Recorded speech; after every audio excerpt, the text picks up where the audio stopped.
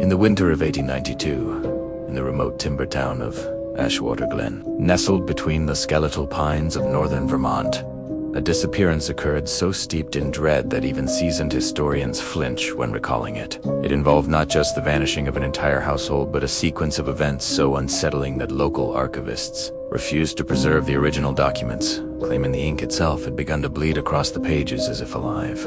It all began with a man named Silas Crowden, a widowed schoolteacher. His mind had grown troubled after the sudden death of his wife from a fever that swept the glen the previous autumn. This left him alone with his two sons, Matthew and Elric.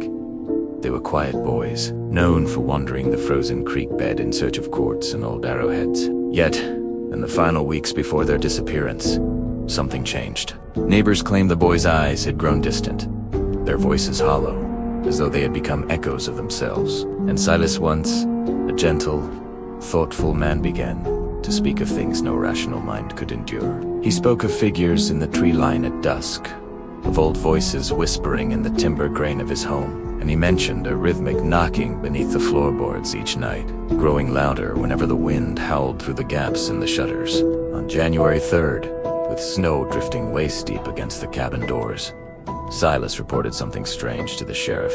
He had found a set of footprints outside his window, small, bare. They led toward the woods and ended abruptly beneath a thicket of frost-laden branches, as though their owner had stepped upward into the air and simply vanished.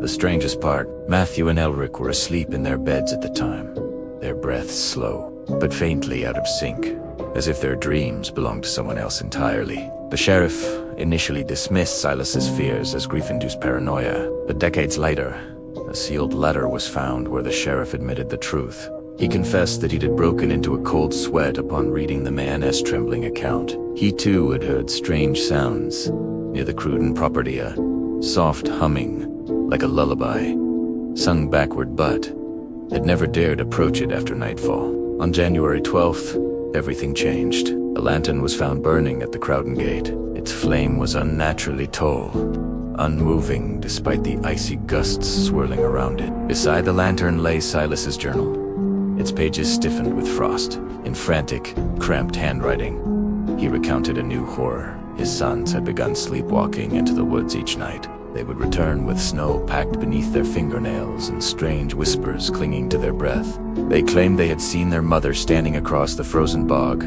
her face veiled in mist, beckoning them with hands that were too long and too pale to belong to the living. Silas had tried to protect them.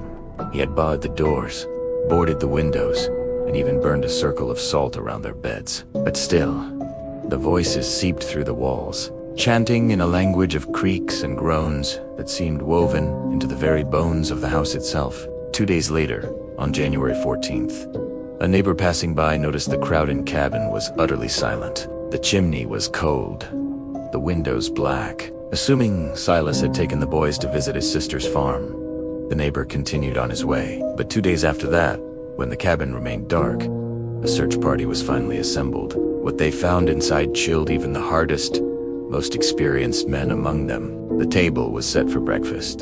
2 wooden bowls were filled with water that had frozen mid-dribble, as if time had stopped in an instant. Crumbs were still scattered across the cloth, and the chairs were pushed back as though the family had all risen from their meal at the exact same moment. In the bedroom, Silas's boots remained by the bed, one tipped on its side. The boys' coats hung neatly on their pegs, untouched. But the most disturbing detail lay in the center of the floor, a perfect circle of ash.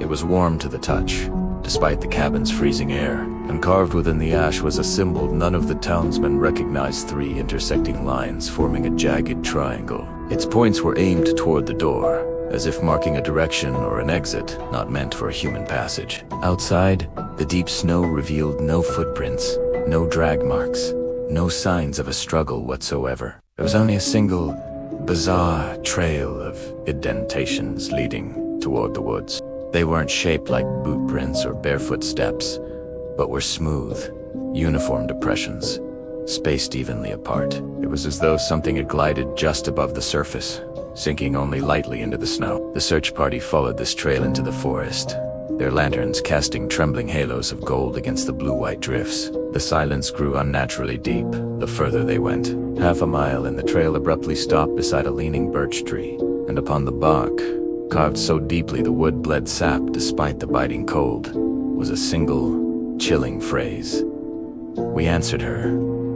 The searchers retreated, shaken to their core. The sheriff ordered the case closed, officially for the sake of the town's sanity. But rumors spread through Ashwater Glen like frostfire. Woodsmen swore they saw 3 figures wandering the tree line at dusk too. Small, one tall, moving with a slow, unnatural grace, as though their joints bent in ways that defied their former human shapes. At night, mothers kept their children away from the windows. They claimed they heard a soft, polite, insistent tapping against the glass.